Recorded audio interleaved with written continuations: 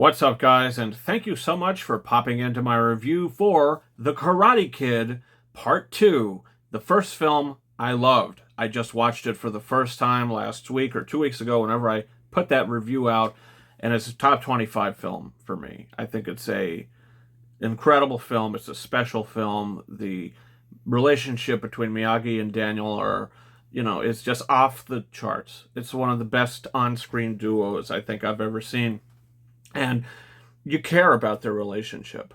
And I think that is the main reason this movie made so much money. The first one, anyway.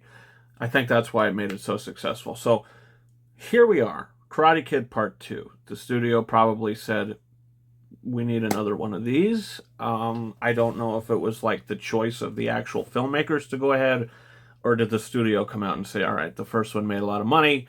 How about you sign on for two more or something like that, because you got Karate Kid Part 2 and you got Karate Kid Part 3.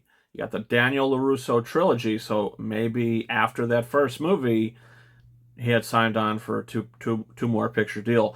I'm not too sure. It's kind of interesting, the behind the scenes. I'd love to kind of get into that. But the film itself, Karate Kid Part 2, takes place basically immediately after the first movie. Daniel's just won the tournament against the Cobra Kai. In the parking lot, Mr. Miyagi has to teach the master, the sensei, a lesson. And it's a very valuable lesson. And it's a lesson that Daniel takes to the end of the film when he bonks the guy on the nose. So it's kind of a nice book ending to it. But I like the opening to the film, to where you kind of see the aftermath of the ending of the first movie. And then you get into what is actually the story of this film, which is you have to go to Okinawa because Mr. Miyagi's father has become ill. So Daniel's mother says, hey, I got to take care of a family member. We need you to basically stay there. So hopefully this old man that you've been hanging around with can take you in for a few months, because I'm out of town. And it was kind of strange that the mother just left without telling her son, hey, I'm going to go take care of Grandpa, or whatever the case may be. But regardless, you got the two of them going to Okinawa, and the film really isn't a karate film in many ways. I mean, it's a film where karate has to be used in certain times. There's not like a big tournament at the end of it. And I liked that aspect of it. I really appreciated the aspect of the film to where the Okinawa history and the Okinawa heritage and everything that you learn about the place while you're there, and not just about the place, but the backstory, more backstory on Mr. Miyagi and how he basically left Okinawa, was not on good terms. Coming back, the terms still aren't good. So I don't even think he would have returned if his father was fine. He didn't want anything to do with this place. But out of honor for his family, he comes back. So the character just continues to be a standout for me. I love Pat Morita in the role. He didn't get an Oscar nomination for any of the other times he played him, but for that first time, in that first movie, he got an Oscar nomination for Best Supporting Actor. Here, no nomination, but he's great.